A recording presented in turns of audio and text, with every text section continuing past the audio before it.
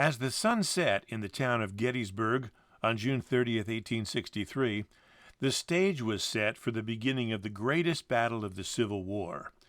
General Buford's Union Cavalry Division had entered the town earlier in the day and now had camps on the west side of Seminary Ridge. His pickets were in sight of Confederate counterparts from Heth's division, the main body of which was massed further west, behind Cashtown. That evening, after reporting the situation back to Union senior generals, and while expressing his concerns with Brigade Commander Devin, Buford remarked that a battle would be fought the next day, beginning before infantry arrived. Devin confidently boasted that his troops could handle any attack made against his front. Often quoted, Buford is alleged to have replied, quote, "No, you won't. They will attack in the morning and will come booming, skirmishers 3 deep.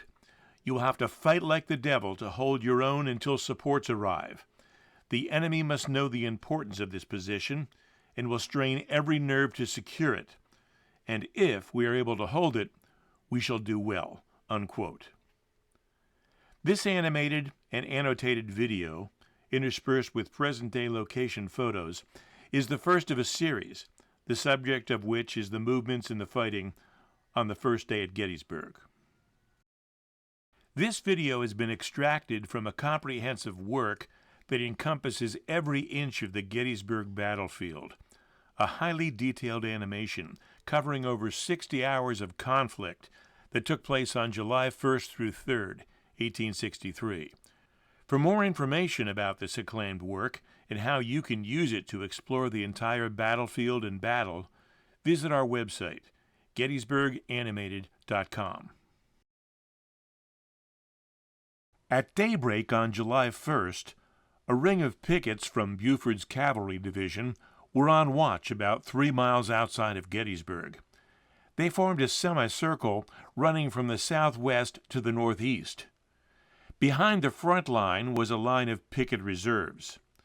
Still closer to the town, the cavalry squadrons from which the pickets were drawn formed an even smaller inner arc. Behind these troopers were the main regiments of both Gamble's and Devin's brigades. Guarding the crossroad of the Chambersburg Pike and Knxlyn Road were pickets from Company E of the 8th Illinois Cavalry. They quietly waited and diligently watched the pike, heading due west in their front. This is a present-day view of the Chambersburg Pike, looking west. Knxlyn Road is to the left, heading south.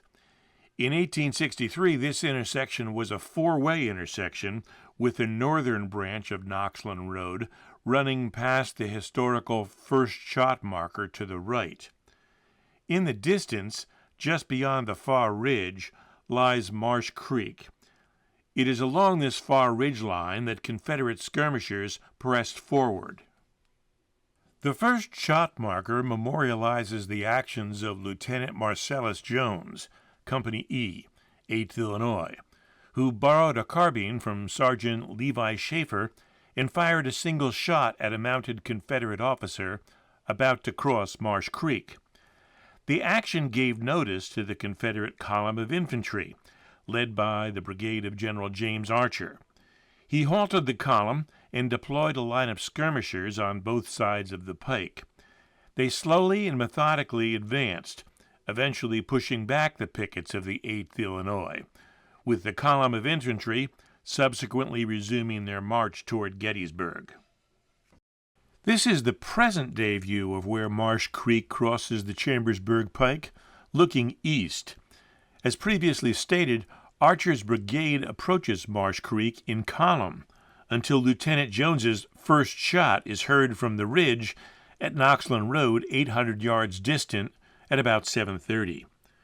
Archer then deploys skirmishers into the fields and woods to the left and right of the pike. A few minutes later, with a strong skirmish line now in front, he resumes his march toward Knxlyn Ridge and Gettysburg beyond. Over the better part of the next hour, the rebel brigades of Archer and Davis, followed further back by Pettigrew and Brockenbrough, all of Heth's division, Hill's Corps, make their way east along the Chambersburg Pike.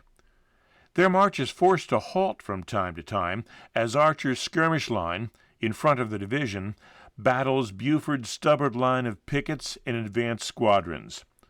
From ridgeline to ridgeline, the Confederates pushed the Union troopers back, first toward Herr Ridge and further east McPherson Ridge. This present-day view along the Chambersburg Pike is midway between Knxlyn Ridge and Herr Ridge. Looking west toward the Knxlyn Road crossing, you can see the parallel ridge lines crossing the pike. Turning to face east, looking toward Herr Ridge, the view is similar, showing the multiple ridge lines. As the Confederates pushed back Gamble's outlying troopers, Calef's battery, who had been idle on the west wing of McPherson Ridge, since arriving an hour earlier from his overnight position on the east wing of the ridge, now had targets to shoot at. Being the only Union artillery on the field at this point, he dispersed his battery into 3 two-gun sections over a wider front. Roeder commanded a section that occupied the right of the Chambersburg Pike. Newman's section was on the left of the road.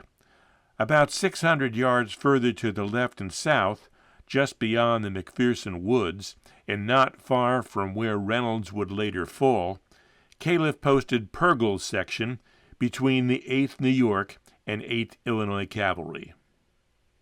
This present-day view is again along the Chambersburg Pike. This western-facing location is on the crest of West McPherson Ridge. Herr Ridge is in the distance, where Archer is arriving, followed by Davis's brigade and Pegram's artillery battalion. An artillery duel ensues for about an hour until Calef is relieved by Hall's arriving battery, who continues the fight at this location. As stated earlier, Calef's battery takes up position here with 2 guns on each side of the pike. The artillery monument on the left side of the road commemorates Calef's battery and is the approximate location of Newman's 2-gun section. The monument on the right side of the road, partially hidden by Hall's battery monument, honors General Buford, but is surrounded by 4 of the actual cannon tubes of Calef's battery, one of which fired the first artillery shot of the battle. Its location is approximately that of Roeder's battery section. This photo, taken along Reynolds Avenue, looking north, with the Chambersburg Pike visible in the distance, shows the second monument to Calef's battery, at about the same location of Pergel's section of that battery. Calef's battery is completing their move to these more dispersed positions at about the same time that Archer's brigade is turning south on Herr Ridge Road, and Davis's brigade is turning north. Pettigrew and Brockenbrough follow. Both brigades turn south and deploy in a line of battle on the back or west side of Herr Ridge. Ultimately, Davis's is the only brigade on the north side of the Chambersburg Pike. As Heth's infantry deploys, 5 batteries of Pegram's artillery battalion unlimber along Herr Ridge on opposite sides of the Chambersburg Pike. Author Bradley Gottfried, in his book, The Artillery of Gettysburg, states that, quote, "The actual positions of Pegram's batteries on Herr Ridge are not clear. But in Philip Leno's Campaign Atlas map book, he shows probable battery positions and writes, quote, supporting Heth are a line of 17 cannon from Pegram's artillery battalion, unquote. Harry Fonts, in his book Gettysburg Day 1, provides additional detail, writing, quote, Roeder's left gun greeted the Confederates with a shot at Davis's brigade. This greeting prompted a reply from Pegram's guns, which had gone into position on Herr Ridge, unquote. The result was an hour-long artillery duel between the opposing forces. This is a present-day photo of the intersection of the Chambersburg Pike and Herr Ridge Road, where Archer turned south and Davis went north, as the earlier animation showed. Pegram's artillery battalion deployed along this ridge, on opposite sides of the Pike. At about the same time, the opposing artillery batteries are beginning to engage from McPherson and Herr ridges. The 1st Corps Infantry was rushing north along the Emmitsburg Rd. At about the location of the Bt'ry farm, Cutler's brigade, leading Reynolds's column, turns off the Emmitsburg Rd and heads northwest into the fields. They are followed by Hall's battery. They head toward the McPherson ridges northwest of town and west of the seminary, a good portion of the over 1.5 miles at the Double Quick. This is a present-day photo of the Emmitsburg Rd at about the location where the 1st Corps left the road and headed across the fields to the northwest and toward the fighting. The Bt'ry barn can be seen at the right edge of the picture. To the left, and nearly 2 miles distant, you can just make out the steeple of the present-day Lutheran Seminary Chapel. Built in 1942, 79 years after the battle, this chapel at the seminary has become a landmark on the battlefield, and when viewed from this location, clearly shows the flat ground over which Reynolds led the 1st Corps while rushing to the aid of Buford, who is fighting Heth, west and northwest of that seminary. During the time which the 1st Corps leaves the Emmitsburg Rd and moves toward the seminary, and while Pegrams' Confederate guns are deploying, the infantry brigades of Archer and Davis form their respective lines of battle on opposite sides of the Chambersburg Pike. Of Archer's brigade, Harry Fonce writes, quote, "The 1,200 officers and men deployed on Herr Ridge, but exactly where its regiments deployed and how they reached their positions is not known. Archer's principal objective was McPherson Woods, and the Union cavalry sheltered in it." Unquote. The 13th Alabama led the brigade into the timber, later called Springs Hotel Woods, and eventually to the eastern edge of those woods. This is a view of the Springs Hotel Woods, taken along its present-day northern boundary with Country Club Lane, looking south. On the morning of July 1st, Archer's brigade, as mentioned earlier, after deploying to the right, near and along Herr Ridge Road, would have advanced past this point, halting a bit further to the left and just west of Willoughby Run and Gamble's dismounted cavalry in McPherson Woods. Of Davis's brigade, Harry Fonce writes, quote, "The brigade filed to the left of the Pike, on line with Archer, the 42nd North Carolina on the right, just north of the Chambersburg Pike. The 2nd Mississippi was in the center, beyond the railroad bed and probably west of Willoughby Run. It faced down the farm lane to the Bender Farm, 500 yards to the east. The 55th North Carolina was on the left. Skirmishers covered its front." Unquote. General Heth reported that both Archer and Davis were directed to advance, the object being to, quote, "make a forced reconnaissance and determine in what force the enemy were." Unquote. Both brigades were soon to find out. This is a photograph taken along the Herr Ridge Road, looking east. At about this location, about 700 yards north of the Chambersburg Pike, the 55th North Carolina would have been in line of battle to the left, and the 2nd Mississippi to the right, at the beginning of their advance toward the Union troopers firing from positions in the fields in front. In the immediate foreground, you can see the headwaters of Willoughby Run's East Branch. At the right edge of the picture, the Bender farmhouse. In the distance, east of Willoughby Run, up the slight slope, are Forney and East McPherson Ridge, over which runs the present-day Buford Avenue. There the cavalry regiments of Gamble and Devon made their stand while awaiting 1st Corps reinforcements. The tree line delineates Oak Ridge, the scene of Day 1 afternoon fighting, with the associated monuments silhouetted against the skyline. The ground east of Buford Avenue contains a bit of a swale, making the Avenue and the Oak Ridge tree line appear as one. As Davis's brigade begins their advance down the eastern side of Herr Ridge, the advanced vedettes and squadrons of both Gamble's and Devon's troopers on the right wing of Buford's division hasten their withdrawal. In the fields north of the Chambersburg Pike, they have been pulling back, ridge line to ridge line, for nearly 2 hours, and are now finally reaching West McPherson Ridge. There they join the main lines of their respective regiments and make a stand as they anxiously await the arrival of the 1st Corps from the south.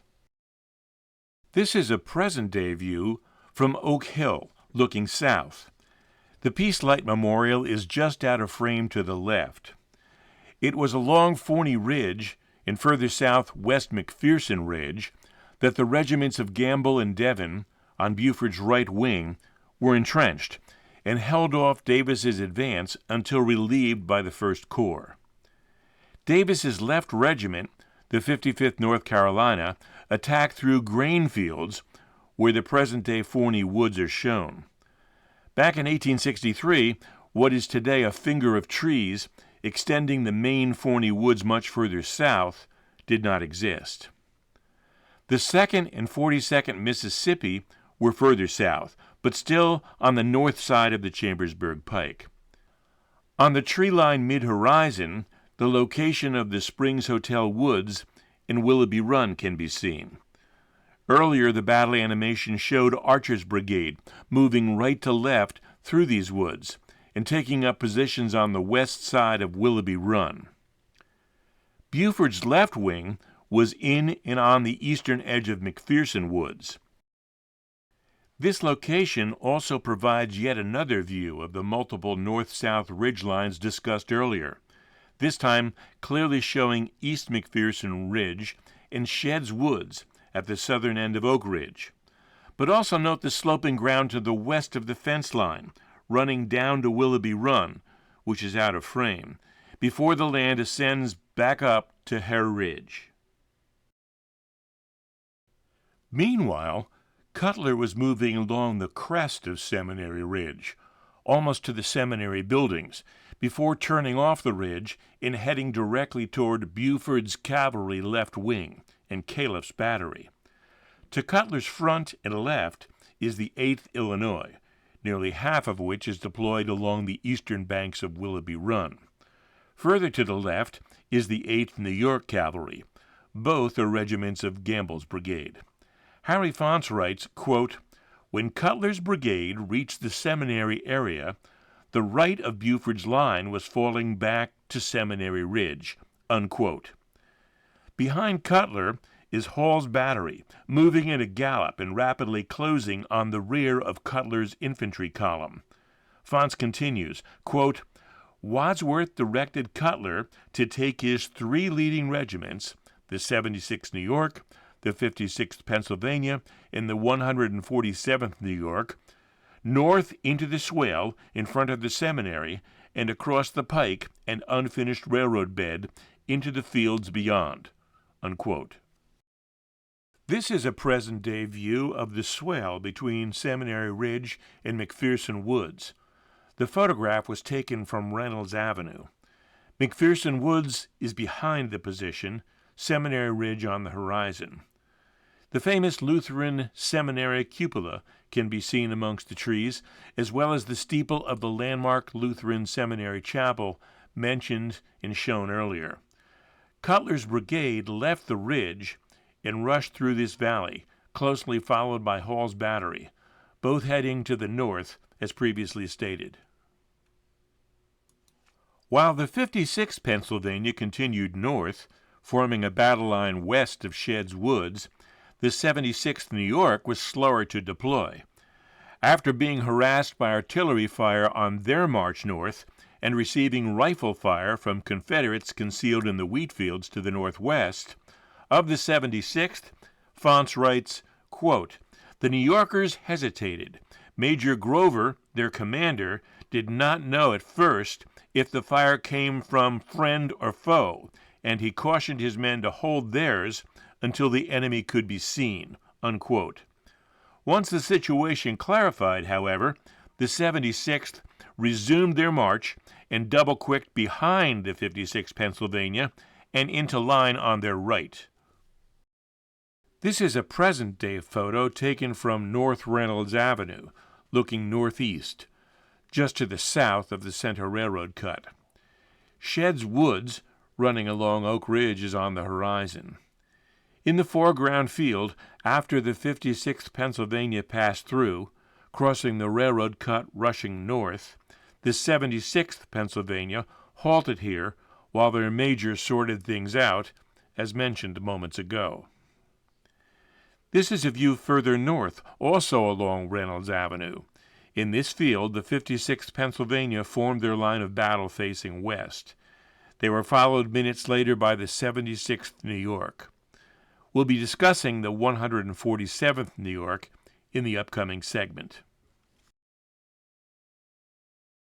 While the head of Cutler's column headed to the north, Hall's battery was ordered to rush to Calef's relief, and his thundering guns and caissons cut through the moving infantry column, creating quite a bit of confusion. Lieutenant Colonel Miller of the 147th New York, whose path following the lead two regiments was now temporarily blocked, was in a quandary about where to go. His confusion was compounded by the fact that the 84th New York, also known as the 14th Brooklyn, and the 95th New York, originally both in column behind him, were ordered by Wadsworth to take up a position supporting Hall, and were now advancing on the 147th's left. They were heading to the ridge at the McPherson farm buildings, where they formed their battle line overlooking the sloping grounds running down to the wooded banks of Willoughby Run. Once Hall's battery relieved Calef and unlimbered at the crest of West McPherson Ridge, in the field between the Chambersburg Pike and the railroad cut, the 147th then took up a reserve position to Hall's left rear. Taken on Reynolds Avenue, facing west, this is a view of the grounds traversed by the 84th and 95th New York, en route to their initial position on the ridge, to the south of the McPherson farm buildings, as previously mentioned. McPherson Woods is to the left. Hall's battery position was on the north side of the Chambersburg Pike, and the 147th New York initial position in reserve was to the left rear of Hall's battery, behind the barn, sheltered in the Swale. Historical documents show that the forced reconnaissance, ordered by Heth, turned into a full-scale engagement. Heth's two advancing brigades, originally pushing back just Buford's cavalry, suddenly found a fresh infantry brigade, Cutlers, and a new battery, Hall's, in their front, with another brigade, Meredith's, coming right behind. By about 10 a.m., all the Confederate units of Henry Heth's division, as well as Pegrams' artillery battalion, were on the field. As has been shown, they were either beginning heavy engagements or in reserve positions. The stage was set for the pending big morning fight. On the Union side, it is worth noting that at this point, Stone's 2nd Brigade, 3rd Division of the 1st Corps, was hurrying north along the Emmitsburg Road. They were followed closely by the batteries of Reynolds, Stewart, and Stevens. And further west, moving along Pumping Station Road, approaching the Sachs-covered bridge, was Rowley's 1st Brigade, also of Doubleday's division, followed by Cooper's battery. These brigades and batteries would arrive to the fields between the McPherson Ridges and the Lutheran Seminary during what later would be known as the noon lull, further reinforcing the Union position west of the town. But as Buford's cavalry, who had held the ridges all morning, was relieved, it was left to only the 1st Division of the 1st Corps to hold the high ground against Heth, beginning with Cutler's lone brigade and just Hall's battery. As the mid-morning heavy fighting began, Reynolds was still anxiously waiting for the Iron Brigade, Meredith's brigade, and they would arrive just in time. The famous Black Hats would tip the balance, resulting in a morning Union victory, as will be shown and studied in the second installment of this video series focused on Gettysburg Day 1.